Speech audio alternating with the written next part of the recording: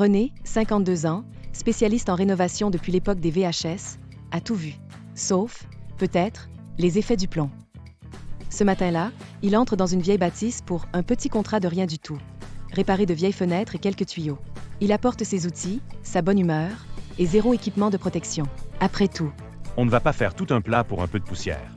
dit-il.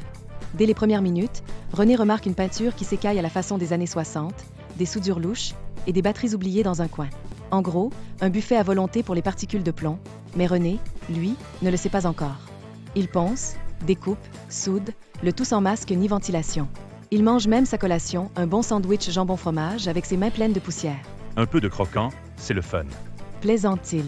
Ce qu'il ignore, c'est que ces poussières invisibles sont sournoises. Elles s'infiltrent par le nez, la bouche, la peau, et vont s'installer confortablement dans les reins, les os et le cerveau. Un vrai forfait tout inclus. Quelques jours plus tard, René est plus fatigué qu'après avoir mangé à un buffet chinois. Il a des maux de tête, il a oublié là où il a mis sa perceuse, elle était pourtant dans sa main, et il devient un peu grognon plus que d'habitude, selon sa conjointe.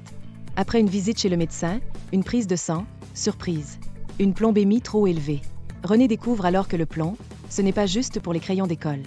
Depuis, René a changé ses habitudes. Il porte un masque à cartouche, des gants, des vêtements de protection, et il a même adopté le rituel sacré du lavage de mains avant le lunch. Il ne rigole plus quand il voit une vieille peinture ou une soudure suspecte. Aujourd'hui, il forme les jeunes avec le sérieux d'un ancien qui en a vu d'autres. Le plomb, ce n'est pas juste un vieux métal dans les murs. C'est un souvenir toxique qui te colle à la peau plus longtemps qu'un mauvais tatouage.